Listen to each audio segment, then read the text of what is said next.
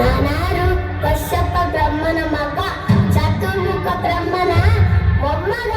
ವಿಧಾತನಿಂದ ವಿಧಿ ಬರಹವನ್ನೇ ಬದಲಾಯಿಸಿ ಮರಣವನ್ನೇ ಮೆಟ್ಟಿ ನಿಂತ ಮಹಾಧೀರ.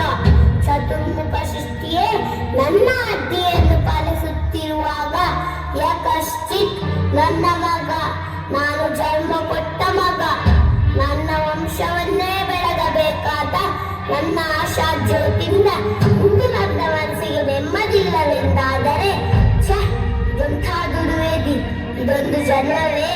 ನಾನೇ ಸರ್ವಶಕ್ತನೆಂದುಕೊಂಡರೆ ಅದನ್ನು ಕಾಡುತ್ತಿದೆ.